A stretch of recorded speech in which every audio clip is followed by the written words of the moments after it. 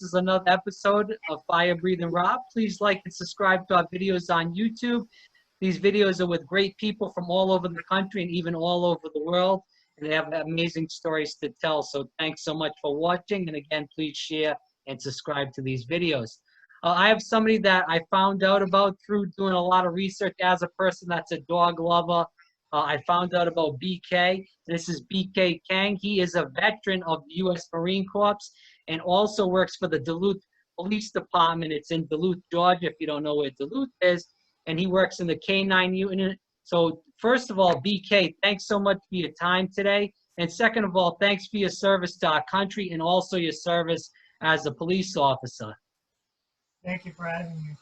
All right. So BK, let's start off. Can you tell the viewers a little bit about you in general, why you wanted to go into the military and serve in the Marine Corps? Yeah. So as a teenager in high school, you know, you wanted to make a difference.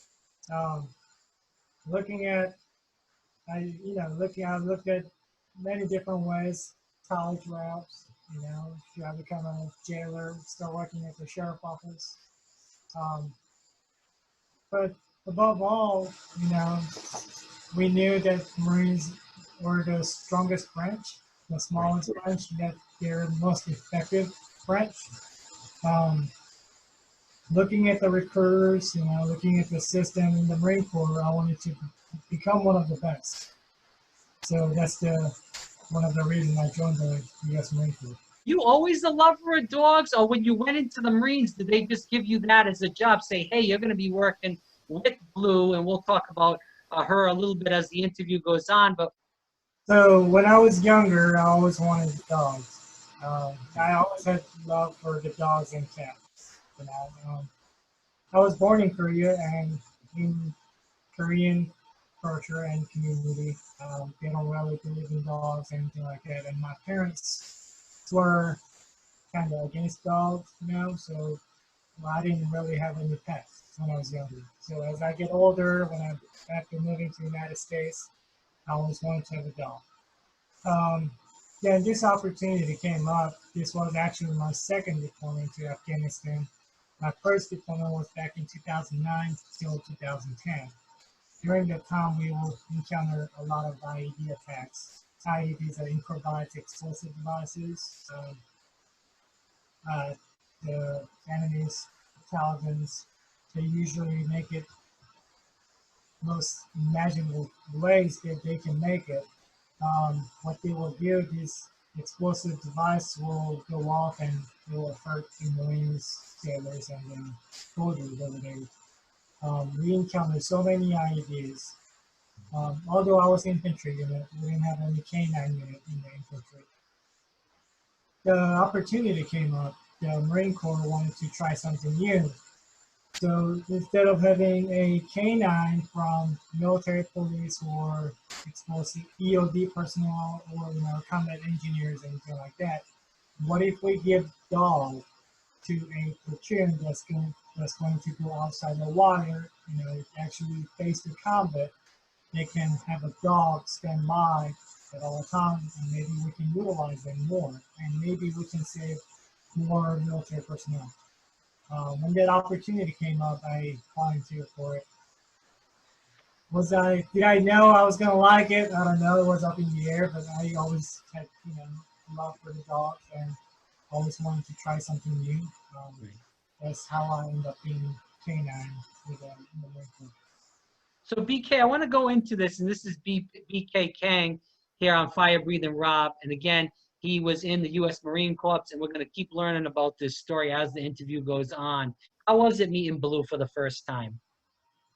So it was different. Blue was not the first dog that they paired me up with. Oh, okay. First dog her name was Monica. She was a little bit older than Blue. She had some medical issues. My guess was from her service in the military. I'm not sure. Then they paired me up with Lily, also another black lab. She's also older than Blue, with a tinier. She also has medical issues. So as we're going through the training, we noticed that Monica and Lily they were not able to deploy overseas to Afghanistan, especially in combat zone. Um, and Blue came up, and it was beautiful. This dog, um, you can sense that she was willing to work. Her drive was there. Um, she was very social. So yeah, it was. You can say love at first sight. Yeah. I believe it. I believe it 100%. So, can you talk about this? And we see a lot. I don't know if you saw this movie, but we go back to movies that did sort of a kind of job that you did, as in the Marine Corps. Megan Levy, it came out a couple years back, and they talk about, and it kind of reminded me of your story because it was a dog, and the dog, was a different dog than Blue, of course. It was more of the dog that you have right now in the police force. But it talked about that with the dog and how that she wanted that dog, and she finally got the dog at the end of the movie, long story short. But is that accurate, like these movies that tell that story about being in Afghanistan, sniffing for those IEDs in the ground, and how those dogs are trained so well? Can you talk about that with working with Blue and what her real job was, I guess I should say? So as far as the movie, I mean, it was a great movie. I watched it too. Um, is it accurate as far as what happened in Megan Levy? I don't know. Um, she had different missions. She had different assignments. So I don't know what her mission and the assignment was. But as far as Blue and I did, we had pretty much similar. So we're pushing more, we're going out on more missions, more tours. Um, we're pushing through the city, so it's more of walking, conducting more patrols. Um, so yeah. Well, thank you for explaining that. This is BK Kang here on Fire Breathing Rob. Again, he was in the U.S. Marine Corps, and he was also, and I should say now works for the Duluth Police Department in the K-9 unit. Do you feel like that was the first time where you learned that you could trust her with your life? Because you're in the field, and things are crazy in Afghanistan, and I know you saw this firsthand with IEDs, people shooting. How was that you knew that you could trust Blue 100%? Not just you, but the people that were also around you, fighting with you on these missions. So there's one thing that you learn when you go to a war. That's that the person standing next to you, we represent as an American. We trust each other. There might be disagreement, here and there, but we're wearing same uniforms. We represent same country. Um, we came here to do the right thing, to provide security and make this country better. So you start trusting these folks standing next to you. So it's not my first deployment, so it was my second deployment. Right, you said, yeah. The way I started trusting Blue was through the training, and throughout the training, she showed me that she's more than well capable of thinking out explosive devices. Um, and my trust started building up there. And I heard a story from one of my trainers: always trust your dog, and always trust your dog. Thankfully, I did. While we're in Afghanistan, the first patrol we went out to, uh, for my guys, it will be the same routine patrol. But sure enough, Blue sneaked out on a certain spot, and she gave me the indication that there's a possible IED. We were able to confirm it, and we were able to take another route so my guys couldn't get hurt. From training and going through all these different patrols and living in a combat situation, your bond gets stronger. So I start trusting Blue more, and that's how she was able to respect from our platoon and our squad and throughout the company. And how did your relationship with Blue evolve throughout these missions? I'm sure, there's all kinds of craziness over there. We just spoke about that. And with the guys that served you, I'm sure you were the main handler of BK, or did the guys in your, that also went on the missions with you, did they have a relationship with them, or is it mainly you were the one that sent her out there to make sure that, there was no bombs, no IEDs, or guys around there when you guys were checking an area in general? So it's all you become a family. So when you go to a war, you become a family with people standing next to you. So was Blue. Blue was part of us. She was representing America. When we go on a mission, every personnel have their own mission. Some will control the radio traffic. Some will control the SWAT. Some will be on the mission of providing first aid or anything like that. When we go on a mission, my job was to handle Blue, and other guys had their different perspective assignment. So when it comes to resting together, she is part of family. Everyone welcomed her. She goes to everyone, please pet me, and she loves family road, and so she was a part of family, and everyone got along with her as well. So BK, let's talk about this. Throughout your missions with Blue, how many people, or soldiers I should rather say, how many soldiers do you think that she saved? Quite honestly, I don't know how to answer that. Right. Well, like an estimate. Do you feel like quite a few, you would say then? Oh yeah, more than at least 60 people, Wow. I have to say, because different missions involve different personnel, different areas and stuff like that. And fire team goes anywhere from 4 to 16 members, and the squad goes up to maybe 12 to 18 members, and the platoon get up to 30 to 40 people. And there were different missions that we went out to get, jumping from platoon to platoon, or maybe linking up with another personnel. So, um, quite honestly, I don't know how many exactly. There were times when she found IEDs, we had to wait on EODs to come out, but due to the situation, environment, sometimes EOD couldn't make it out there to confirm there was an actual IED there. So, you know, I can't really answer that with the exact numbers. Right. How many years were you apart from Blue before your wife did get involved and tried to really search and find Blue in the end? Approximately over 6 years and change. I was separated from Blue from 2012 until we got reunited, thanks to my wife, back in 2018. So when she went in and was this like her idea in general to like surprise you and get Blue back to you? Or did you say, hey, we gotta find this dog. I made a promise to this dog to say I was gonna come back and give her a good life in Georgia. Whose idea was it? Or was it a surprise in general? Or how did it all go? It was actually both.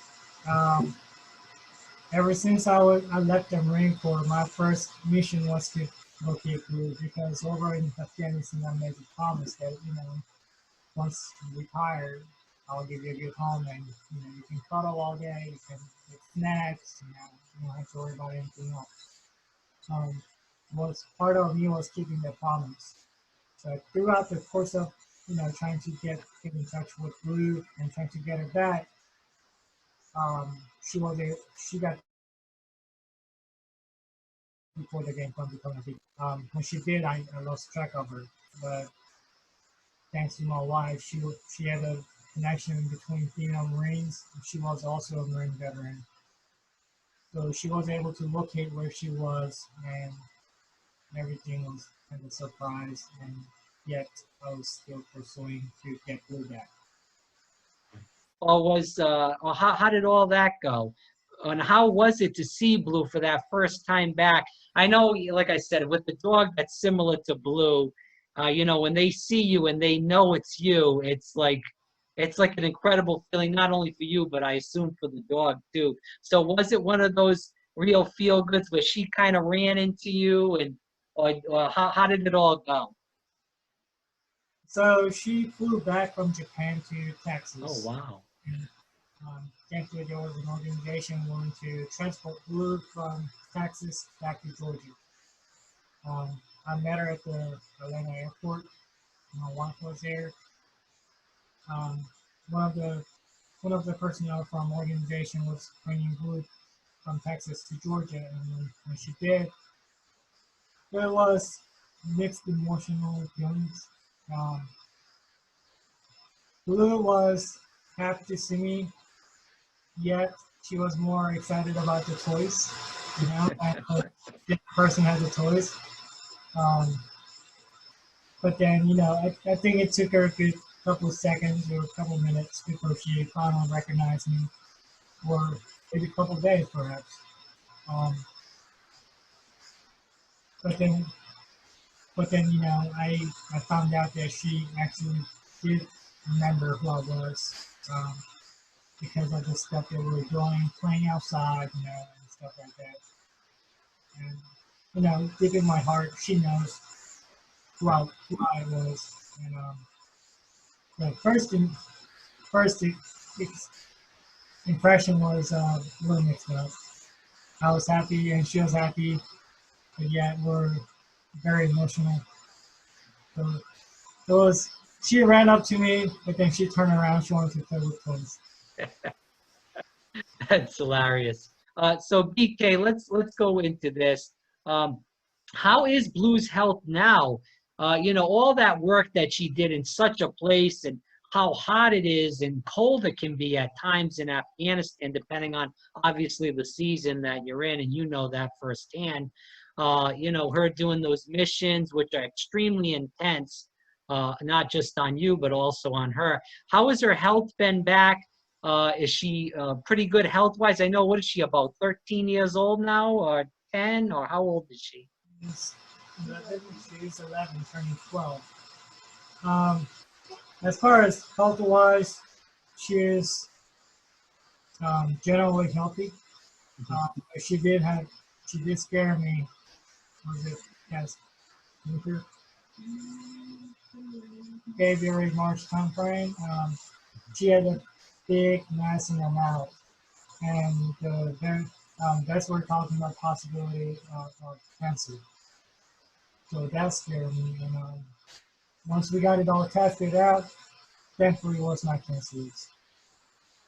So then we were able to remove the mass, and that got us motivated to put her through American Humane Heroes Awards, and also a couple of different media footage and stuff like that. As we end the interview with a couple more questions, um, did you speak to any of Blue's handlers after you had left? I know you said that she was there for this with you for, I mean, she was away from you rather for 6 years. Did you speak with any of the handlers just to talk about, you know, I guess reminisce on, you know, some of the missions that she did with them, or, you know, how they handled her during the times, or did you have any contact, or no? So I never was able to. I was never able to talk to handler directly. I did speak to a couple of kennel masters who was in charge of Blue, and I was able to talk to a few of the Marines who were stationed with her. When I told them about the story of Blue over in Afghanistan, they had no idea that she was over in Afghanistan, studying with the infantry unit, all the stuff that she did. So the only people that I was able to talk to was the kennel master and only few Marines. So BK, how has the adjustment been for her since she's been with you for quite a while now, living in Georgia? Yeah, she was able to adapt very quick. She was able to adapt with my family, my dogs and cats. It took her a couple of weeks before she finally opened up, and she was actually part of the family along with everyone. So yeah, her adjustment was pretty quick, and thankfully I'm grateful for family members and my dogs and cats welcome her into our family. Right. BK Kang here on Fire Breathing Rob. About the differences from working with Blue to your new dog in the K-9 unit? Yeah, the difference in my personal opinion is that I'm wearing different uniforms, different ground, but yet our job is the same job, that we want to save more people. Um, from explosive to narcotics, or even missing child, or whatever the case might be. Our job is still same, and I learned that with working with dogs, when you trust these dogs, you get to save people, and that's what I'm focusing on. Only difference is that I'm wearing different uniforms, different missions, different background, understanding that. So Piloto and Blue, do they get along, Piloto and Blue, or I know they've met, watching that Fox 5 episode. But do they frequently, kind of hang out, or how does all that work? We do hang out, but you can tell Blue's getting older. Yeah. So she likes to cuddle while Clodo likes to chase after the balls. Uh, but yeah, no, they don't have any problem. They like to cuddle as well, and they sleep. But can Blue still give Piloto a run for his money still and fetch and some stuff, or is Yes and no. I mean, you can tell, they have different aspects of, right. working conditions, but you can tell Blue is definitely getting older. So even when we play outside, I don't push Blue too hard, you know. So, but yeah, I think Cloda knows she is, older, and she's been through places that no one wants to go. Right. What advice would you give to people right now Me personally, about staying safe?